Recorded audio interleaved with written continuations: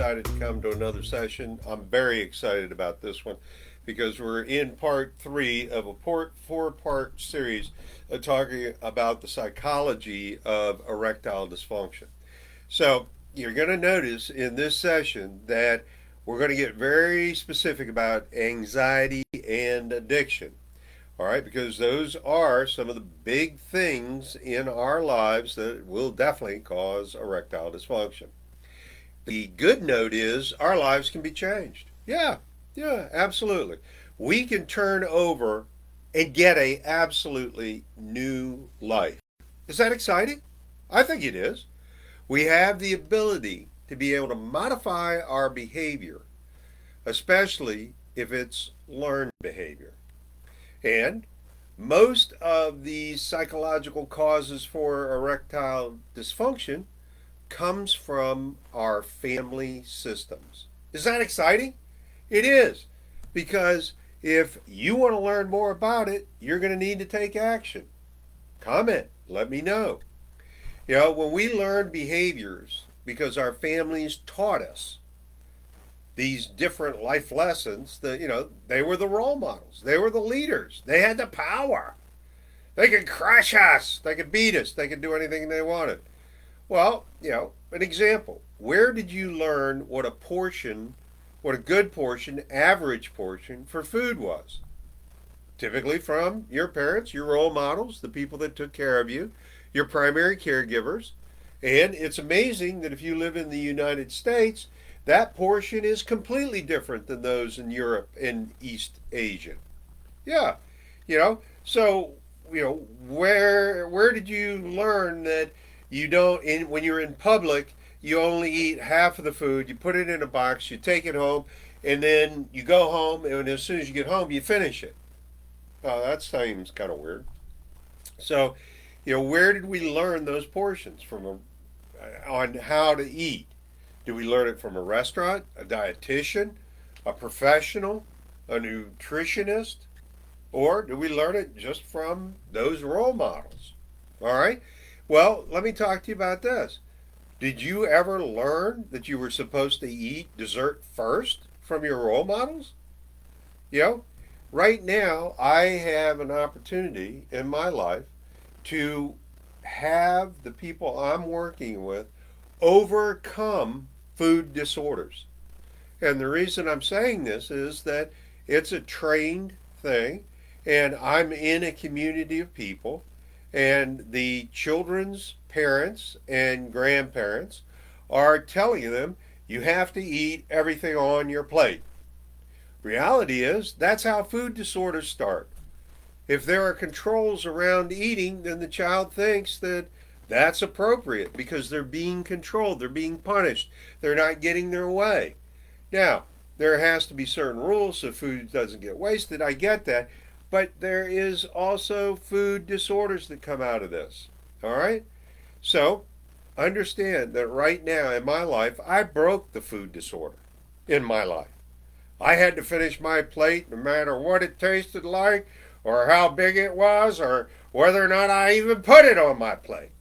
Reality is that right now, I sit down to a meal. If the meal doesn't have a good texture, doesn't have any flavor, is overcooked, undercooked, the presentation is terrible, I'm not going to eat it. I'm going to look at it, I'm going to pick through it, I'm going to eat until I'm full, which is about 2 to 3 ounces, and then I'm going to push it away and throw it away. Why?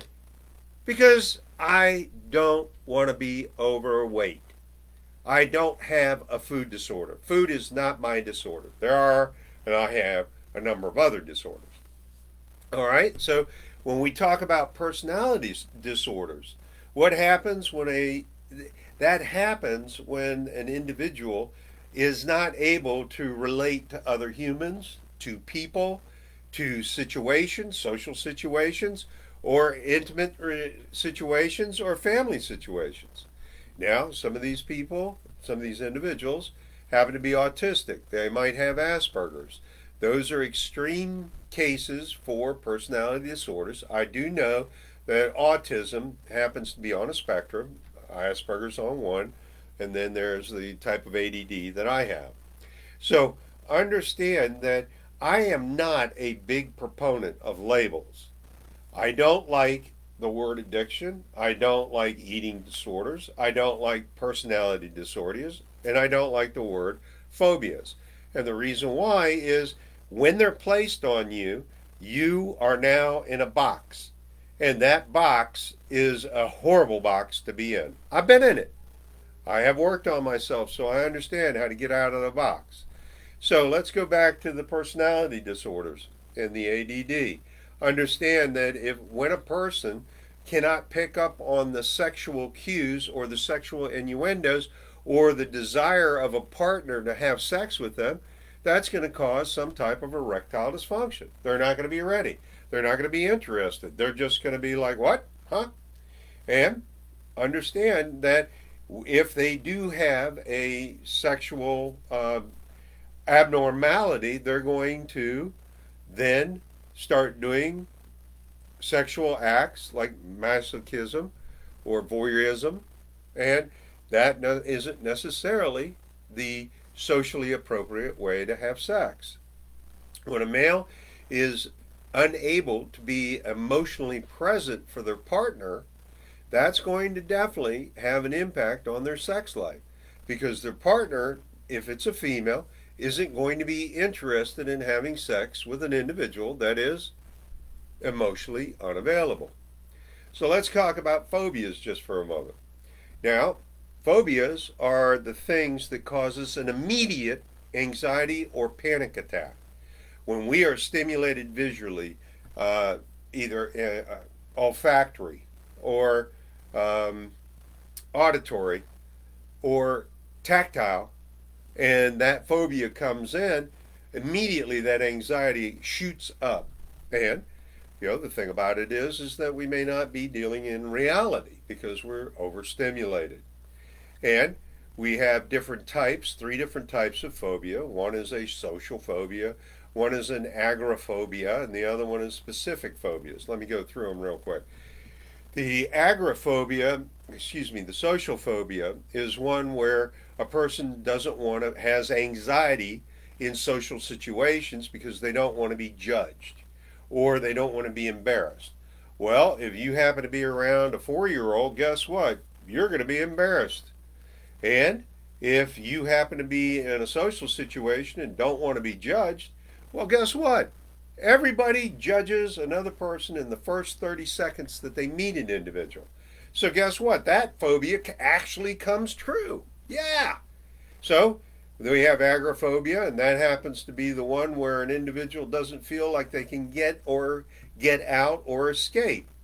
Now, I happen to be in a relationship with somebody, with a partner one time, and I felt that they were going to kill me. Now, the exciting part is that fantasy of mine was rather stimulating, so I didn't have a erectile dysfunction, but you can see that if you're in fear that somebody's going to kill you while you're having sex, that's definitely going to put a damper on your erection.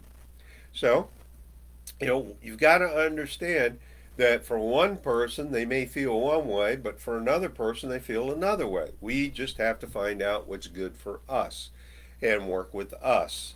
And then the specific phobias are very specific, like spiders, like water, like needles, like snakes, like walking through underneath a ladder. So understand that we can cure phobias by doing cognitive behavior modification. All right? So let's talk about the cure of all the things, all 10 that I've talked about. And I'm just going to blow through them. I'm going to read them, and I'm going to read them fast. Meditation, breathing, communication, triggers, stress release, sleep, relationships, anxiety, positive mindset, performance anxiety, emotional intelligence, guided imagery, foreplay, conversation, touching, hugging, massage, focus on the fully functional male with vitality and performance, positive mindset, emotional intelligence, and that's what we need to do.